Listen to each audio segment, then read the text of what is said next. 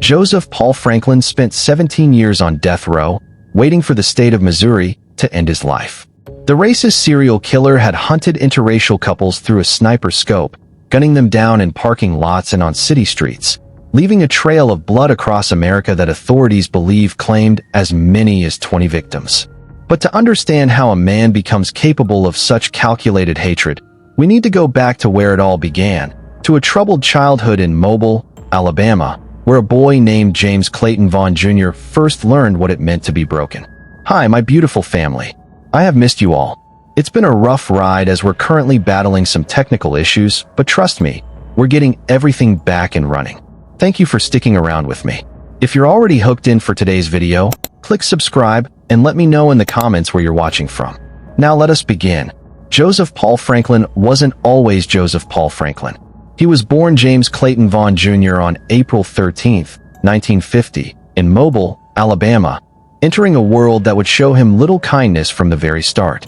His mother and father brought him into a household that was far from the picture of stability. Money was tight, but that was only the beginning of young James's troubles. What happened behind closed doors would leave scars that never truly healed. His mother was reportedly neglectful, often leaving James and his siblings to fend for themselves. But it was his father who inflicted the deepest wounds.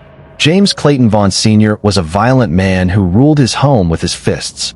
The beatings were frequent and brutal, the kind that leave a child cowering in corners, never knowing when the next blow might come. Young James learned early that the world was a cruel place, and that violence was the language spoken in his home. There was no comfort, no safety, only fear and pain. The abuse wasn't just physical. James grew up feeling unwanted, unloved, a burden to parents who seemed to resent his very existence. In a household where affection was absent and cruelty was constant, he developed a deep rage that festered inside him. He had no outlet for his pain, no one to turn to. The emotional neglect mixed with physical violence created a toxic foundation that would shape everything that came after. By his teenage years, the signs of trouble were impossible to ignore. James began acting out in more serious ways, his anger finding new targets beyond schoolyard brawls. He started committing petty crimes, theft mostly, taking what he felt the world owed him. Each transgression was a small rebellion against the life he'd been dealt, a way of exerting control when he'd had none at home. But these weren't just youthful mistakes that he'd grow out of. They were early warnings of a deeper darkness taking root. Something else was growing inside James during those formative years, a twisted ideology that would eventually define his murderous rampage. He began gravitating toward racist beliefs, finding in white supremacist ideas a way to channel his rage and give meaning to his pain. In the segregated South of the 1950s and 1960s, such views weren't hard to find, and for an angry young man looking for someone to blame, minorities became convenient scapegoats for all his suffering. The boy who would become Joseph Paul Franklin was being forged in a crucible of abuse, neglect, and hatred. Every beating from his father, every moment of abandonment by his mother, every failure and fight, they all added up, creating a powder keg of rage waiting for a spark. But the transformation from James Clayton Vaughn Jr. to Joseph Paul Franklin, a name he would later adopt, combining the names of Nazi propaganda minister Paul Joseph Goebbels and Benjamin Franklin, was still to come. And the violence that had marked his childhood was nothing compared to what he would unleash on an unsuspecting nation. By the mid-1970s, James Clayton Vaughn Jr. had fully embraced his new identity as Joseph Paul Franklin, and with it, a mission that would terrorize America. He had drifted across the country, a loner whose hatred had crystallized into something far more dangerous than angry outbursts. He wasn't just a racist anymore. He was a man on a mission, convinced that interracial relationships were destroying America, and that he had been chosen to do something about it. Franklin's first confirmed murders came in the summer of 1977, though investigators would later suspect he had killed before. On July 25, 1977, in Madison, Wisconsin, Franklin spotted something that ignited his rage, an interracial couple in a shopping mall parking lot. Alphonse Manning Jr., a young black man, was with his white friend Tony Schwen. To Franklin, their mere proximity was an abomination. He had come prepared, carrying a .44 caliber rifle, the same caliber used by the son of Sam killer who was then terrorizing New York, a connection that wasn't lost on Franklin. He positioned himself at a distance and waited for the right moment, and when it came, he squeezed the trigger. The shot rang out across the parking lot. Manning fell, mortally wounded. Schwinn, though shot as well, would survive. Franklin disappeared into the crowd, just another face leaving the scene. No one had noticed the sniper. Manning died from his wounds, but at the time, authorities had no idea this was the beginning of a nationwide killing spree. Just weeks later, on August 7, 1977, Franklin struck again in the parking lot of a Chattanooga, Tennessee, fast food restaurant. This time, his victims were Johnny Schwander, a white man, and Harold McIver, a black man, both shot in the back as they left a Chattanooga area restaurant. McIver died, Schwander survived. The pattern was becoming clear to Franklin. Even if police hadn't yet connected the dots, he would hunt interracial couples and mixed-race groups, striking from a distance with his rifle, then vanishing before anyone could identify him. But Franklin's hatred wasn't limited to interracial couples. His white supremacist ideology expanded to include anyone he deemed enemies of his racist vision. On October 8, 1977, in Richmond Heights, Missouri, he targeted a synagogue. Gerald Gordon, a 42-year-old father and husband, was leaving Brith Shalom Neseth Israel Synagogue after a bar mitzvah when Franklin opened fire from his sniper position across the street. Gordon was struck and killed. Another man, Stephen Goldman, was wounded but survived. Franklin had been watching the synagogue, waiting for congregants to emerge, seeing in them another threat to his twisted worldview. The attacks continued with chilling regularity.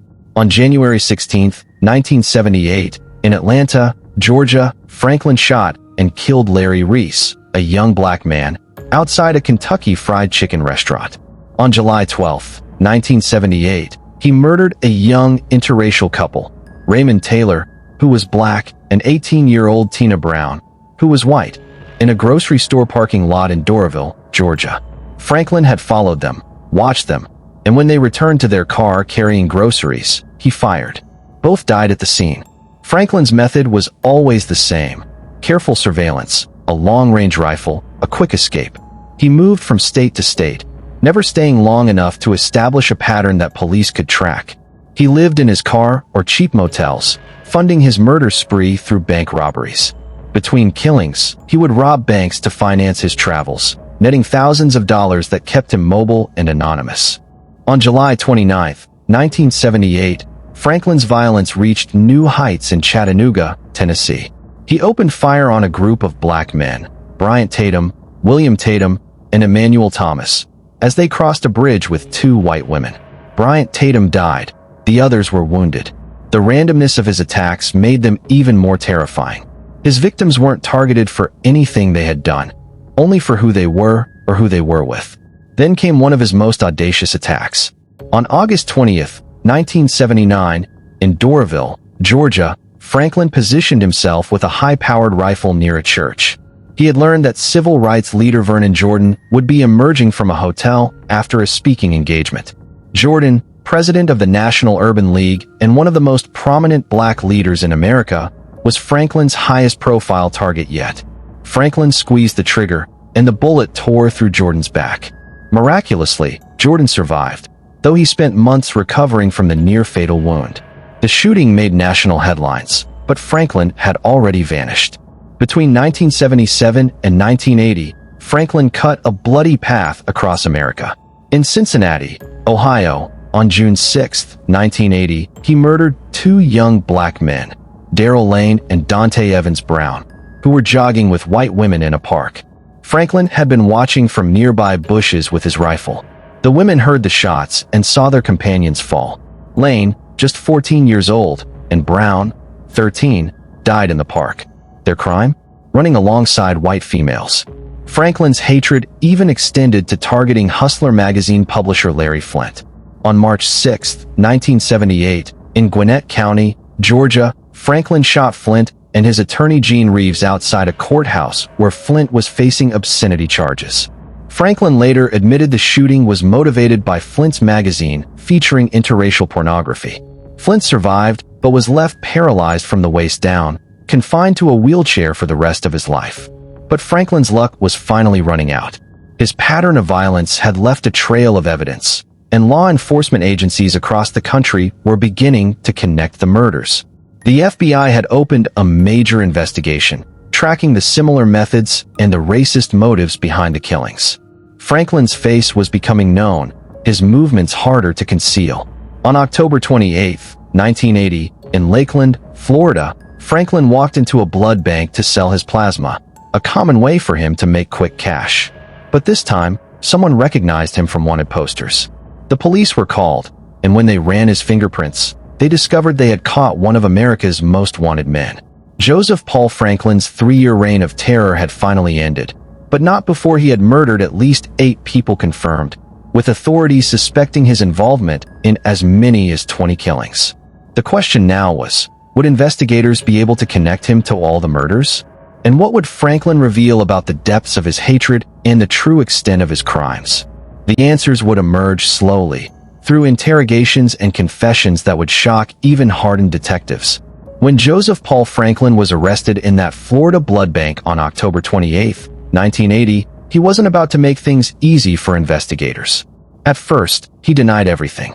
Sitting across from detectives in interrogation rooms, Franklin played the role of an innocent drifter who just happened to be in the wrong place at the wrong time. He claimed he knew nothing about any murders, nothing about shootings across the country. He was just a man trying to get by, selling his blood plasma to survive. It was all a mistake, he insisted. A case of mistaken identity. But the FBI and local law enforcement weren't buying it. They had his fingerprints at crime scenes. They had witness descriptions that matched his appearance. They had ballistics evidence linking his weapons to multiple murders. As detectives from different states began coordinating their investigations, the web of evidence surrounding Franklin grew tighter and tighter. He couldn't explain away his presence in so many cities where murders had occurred, always at just the right time. The breakthrough came when investigators began pressing harder, confronting Franklin with the mounting evidence. They showed him crime scene photos, ballistics reports, witness statements. They traced his movements through bank records and motel registries. Slowly, Franklin's denials began to crumble. Perhaps he realized the evidence was overwhelming, or perhaps some part of him wanted to boast about what he'd done. Either way, he started talking. And when Joseph Paul Franklin began confessing, the full horror of his crimes spilled out. He didn't just admit to the murders police already knew about. He claimed responsibility for killings across the country, painting himself as a one-man race war. He confessed to shooting Larry Flynt, to murdering Gerald Gordon outside the synagogue, to killing those young men in Cincinnati. He spoke about his victims with chilling detachment, describing them not as people but as targets in his mission. He admitted to shooting Vernon Jordan, disappointed that the civil rights leader had survived. Franklin confessed to more than 20 murders, though prosecutors would ultimately have enough solid evidence to try him for only a handful. The confessions were disturbing not just for their content, but for Franklin's demeanor. He showed no remorse, no guilt. He spoke about hunting interracial couples as if describing a hunting trip. To him, these weren't murders, they were righteous acts in defense of the white race. Franklin's defense attorneys faced a nearly impossible task. Their client had confessed. The evidence was overwhelming. Their best hope was to argue mental illness, to suggest that Franklin's troubled childhood and evident mental disturbance should spare him from death.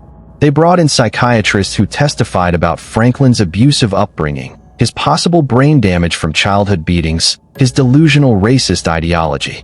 They argued that while Franklin was clearly guilty, he was also clearly disturbed, a product of abuse and hatred who didn't fully grasp the magnitude of his crimes.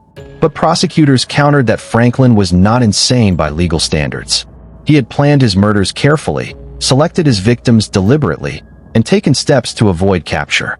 He had functioned well enough to travel the country, rob banks, and evade police for years. His actions showed clear intent and understanding of right and wrong. He simply didn't care. His racism wasn't a delusion. It was a choice, a hateful ideology he had embraced and acted upon with full awareness. The jury heard testimony about Gerald Gordon, a loving husband, a devoted father, a man whose only crime was attending a bar mitzvah at his synagogue. They heard from Gordon's widow, who described the devastation Franklin had caused, the life he had stolen. They saw crime scene photos and heard expert testimony about the precision of the shooting. And they heard Franklin's own words, his confessions, his complete lack of remorse. On February 27, 1997, the jury reached their verdict, guilty of first-degree murder. The jury deliberated on Franklin's fate, and when they returned, their decision was clear: death. On February 27, 1997, Joseph Paul Franklin was formally sentenced to death for the murder of Gerald Gordon. He would be executed by lethal injection when his appeals were exhausted. But Franklin wasn't done with the legal system yet. He would launch years of appeals, challenging his conviction and sentence through every available avenue. And meanwhile, he remained on death row in Missouri, along with inmates from across the country, all waiting for their final day. The question now was not whether Franklin would die, but when. And as the years passed and his appeals slowly ran out, that day grew closer and closer. But there were still twists to come in the story of Joseph Paul Franklin, revelations that would shock the nation and force people to confront uncomfortable questions about justice, redemption, and revenge. Joseph Paul Franklin arrived on Missouri's death row in 1997, joining the ranks of condemned men awaiting their fate in the Potosi Correctional Center. For the next 15 years, he would live in a small cell, his world reduced to concrete walls and steel bars. His days measured not in hopes and dreams, but in appeals and legal motions. Death row was a world unto itself, a place of isolation and waiting. Franklin spent 23 hours a day in his cell, a space barely large enough to contain a bed, a toilet, and a small desk. 1 hour each day, he was allowed out for recreation, usually alone in a small yard surrounded by high walls. This was his life now. Endless monotony broken only by meals, mail delivery, and the occasional legal visit.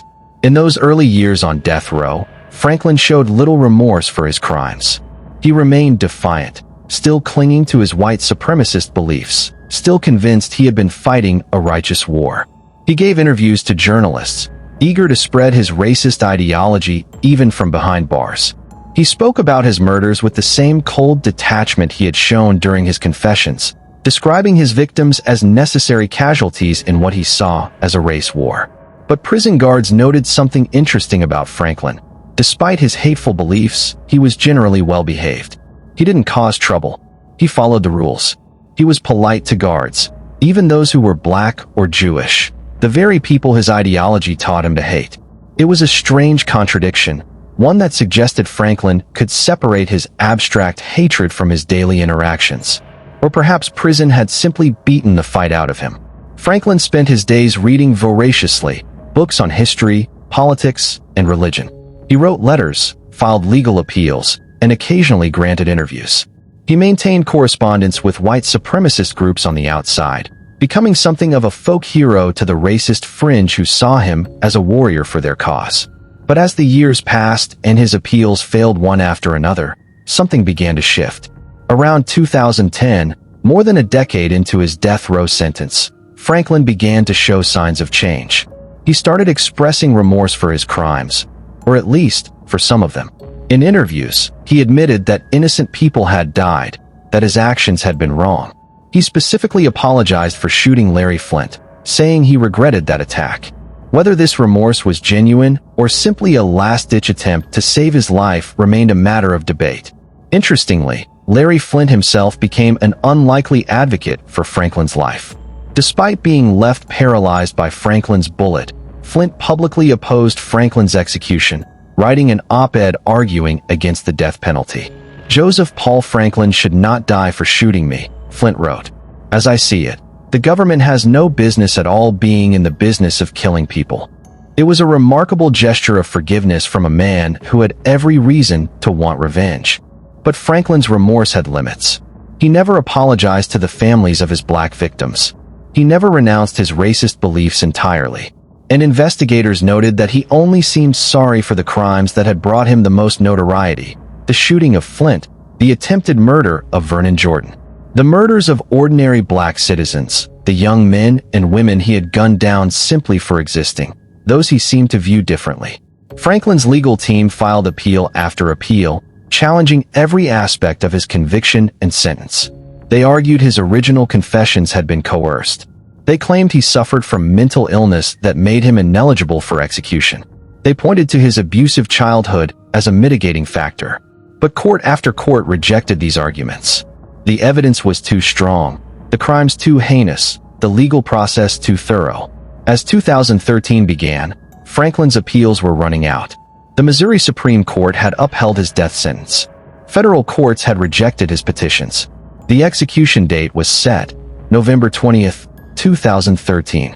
After 17 years on death row, Joseph Paul Franklin's time had come. In the days leading up to his execution, Franklin's behavior remained calm. He accepted visits from his spiritual advisor and spoke with prison officials about his final arrangements. He seemed resigned to his fate, perhaps even at peace with it. There were no last-minute dramatic appeals, no desperate attempts to stop the inevitable. On the morning of November 20th, 2013, Franklin woke in his cell for the last time. Prison records show he ate a modest breakfast and spent the morning in quiet reflection. He had declined to request any special visitors beyond his spiritual advisor.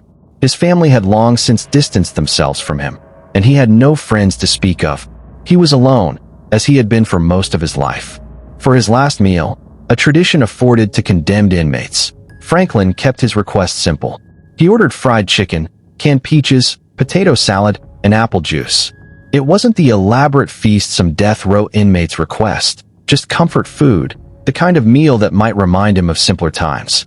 He ate it alone in his cell, under the watch of guards who made sure he didn't try anything desperate.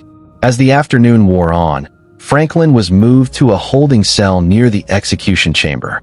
He met with prison officials who walked him through what would happen, the procedure that would end his life. Missouri used lethal injection, a 3-drug cocktail designed to sedate, paralyze, and stop the heart. Franklin signed the necessary paperwork and waited. At 5:30 p.m., family members of his victims began arriving at the prison. They had been given the option to witness Franklin's execution, to see justice finally carried out. Some came. Others chose to stay away, wanting no part of this final chapter. News media representatives also arrived, ready to document the end of one of America's most notorious serial killers. At 6 p.m., Franklin was led into the execution chamber at the Bonne Terre prison facility. He walked calmly, showing no resistance. The chamber was a small, clinical room dominated by a gurney in its center. Witnesses sat behind a glass window, separated from the execution itself, but able to see everything. Prison staff strapped Franklin to the gurney, securing his arms and legs with leather restraints. And 4-line was inserted into his arm, the method by which the lethal drugs would be delivered. Franklin lay still, staring up at the ceiling. He was given a microphone and asked if he had any last words. Franklin's final statement was brief and somewhat cryptic. He looked toward the witness window and said, "I would like to thank my spiritual advisor for his prayers and helping me prepare for this journey. For the rest of it, I do not have any regrets. I'm glad it's happening. I'm glad I'm going out this way." No apology, no expression of remorse, just acceptance of his fate and a strange gratitude that it was ending. The warden gave the signal. At 6:07 p.m., the first drug, pentobarbital, a powerful sedative, began flowing into Franklin's veins. Within seconds, his eyes closed. The second drug, pancuronium bromide, paralyzed his muscles, including those needed for breathing. The third drug, potassium chloride, stopped his heart. Franklin's body remained still on the gurney, his chest no longer rising and falling. Medical personnel monitored his vital signs, waiting for the moment when his heart would stop completely. The witnesses watched in silence, some with satisfaction, others with somber reflection on what they were seeing. At 6:17 p.m., just 10 minutes after the drugs began flowing, a doctor checked Franklin's vital signs one final time and made the official declaration. Joseph Paul Franklin was pronounced dead. After 17 years on death row and 33 years after his arrest, the serial killer who had terrorized America with his racist violence was gone. Prison officials escorted the witnesses out. Franklin's body was removed from the chamber and taken to the prison morgue. News of his death spread quickly across the country, generating headlines and reigniting debates about the death penalty, racism, and justice. For the families of Franklin's victims, his death brought mixed emotions. Some felt relief that he was finally gone, that justice had been served. Others found the execution hollow, unable to bring back their loved ones or undo the pain Franklin had caused. Gerald Gordon's family issued a statement saying they were glad the legal process had concluded, but that nothing could truly bring closure to their loss. Larry Flynt, the man Franklin had paralyzed, maintained his opposition to the execution even after it occurred. "I have every reason to want to see him executed," Flynt said, "but I don't think the state should be in the business of killing people. It doesn't bring my mobility back." Franklin's execution marked the end of a life defined by hatred and violence, a life that had begun in abuse and ended in a sterile execution chamber. He had spent 63 years on Earth, and in that time, he had caused immeasurable pain to countless families. His racist ideology had driven him to murder at least 8 people, and possibly many more, in a killing spree that exposed the darkest corners of American hatred. Here's the question that still haunts us. Joseph Paul Franklin claimed his childhood abuse and neglect shaped him into a killer. Should the horrors someone suffers as a child ever be considered when deciding whether they deserve to die for the horrors they inflict as an adult? Or does the deliberate, calculated nature of his crimes erase any sympathy we might feel for the broken boy he once was? Share your thoughts below and hit the subscribe button for more.